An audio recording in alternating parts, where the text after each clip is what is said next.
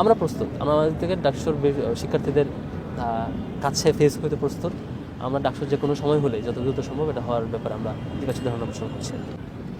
ডাকসু আমরা তো অলরেডি একটা প্রেস কনফারেন্স করেছিলাম, সেখানে আমরা একটা সংস্কার প্রস্তাবনা দিয়েছি এবং সংস্কার প্রস্তাবনার পাশাপাশি আমাদের টাইম ফ্রেমিংয়ের ব্যাপারে আমাদের একটা প্রস্তাবনা ছিল। আমরা বলেছিলাম যে ফেব্রুয়ারির মধ্যেই ডাকসু ইলেকশনটা হওয়া দরকার বলেছিলাম।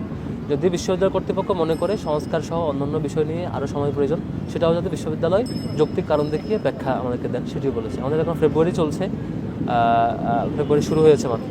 আমরা এখনও আশাবাদী যে ফেব্রুয়ারির মধ্যে ডাকসু ইলেকশন হবে, এখন স্টিল আশাবাদী। যদি এর পরে কোনো সময় দরকার হয় ইউনিভার্সিটি কর্তৃপক্ষ সেটা নিশ্চয়ই সময় ব্যাখ্যা করবেন তারা। আমরা প্রস্তুত, আমরা আমাদের থেকে ডাকসুর শিক্ষার্থীদের কাছে ফেস করতে প্রস্তুত। আমরা ডাকসুর যে কোনো সময় হলে যত দ্রুত সম্ভব এটা হওয়ার ব্যাপারে আমরা ইতিবাচক ধারণা পোষণ করছি। আচ্ছা, সময়টা ক্ষেপণ হচ্ছে কিসের জন্য?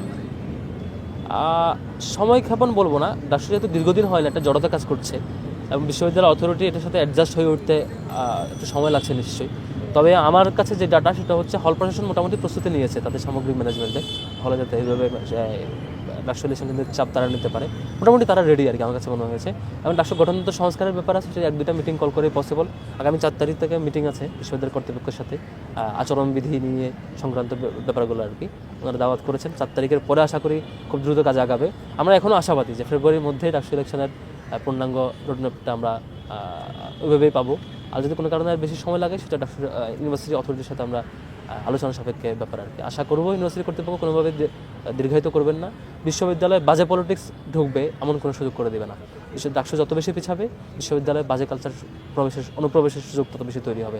বিশ্ববিদ্যালয়ে যে কালচার এখন শুরু হয়েছে, গণরুম গেস্টরুমের বিলুপ্তি, কাউকে ফোর্স করার বিলুপ্তি, রাজনৈতিক অধিকার হেনস্থার বা অধিকার না দেওয়ার যে সংস্কৃতি ছিল সেটির যে বিলুপ্তি, এবং কোনো শিক্ষার্থী রাজনীতি করতে না চাইলে সে যে তার মতো করে থাকতে পারবে সেটির যে প্র্যাকটিস ছিল, যে চমৎকার প্র্যাকটিস শুরু হয়েছে, সেটি কোনোভাবেই নষ্ট হোক সেটা আমরা চাই না। বরং ভালো ইতিবাচক পরিবেশটা অটুট থাকুক, রাজনীতির ইতিবাচক পরিবর্তন থাকবে এবং ইতিবাচক কম্পিটিশন থাকবে, আইডিয়ার একটা এক্সচেঞ্জ থাকবে, সবাই আইডিয়া শেয়ার করবে, যার যেটা ভালো লাগবে সে গ্রহণ করবে। এই প্র্যাকটিসটা থাকবে তখন যখন ডাকসুটা নিয়মিত হবে, খুব দ্রুত হোক সেটাই চাই।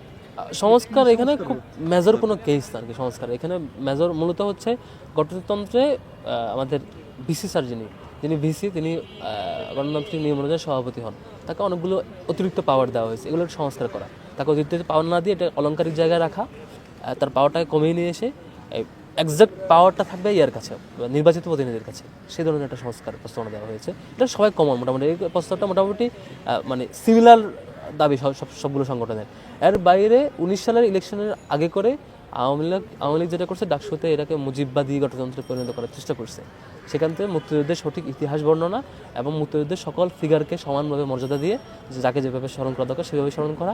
একই সাথে 71 থেকে এখন অবধি প্রত্যেকটা গণতান্ত্রিক আন্দোলনকে ডাকসুর মধ্য দিয়ে স্বীকৃতি দেওয়া গণতন্ত্রে, সে ধরনের কিছু প্রস্তাবনা আসছে আর কি। আবার কিছু সংস্কারের ক্ষেত্রে কোনো বাধা আমার কাছে মনে হচ্ছে না, এখানে কোনো বাধা দেওয়ার কি সাহসও করবে না, কারণ সকল দল এবং শিক্ষার্থী এখানে একমত। শুধু বিশ্ববিদ্যালয়ের সদিচ্ছা দরকার এবং দ্রুত মিটিং কল করে সংশ্লিষ্ট অথরিটি সংস্কার নিশ্চিত করা দরকার।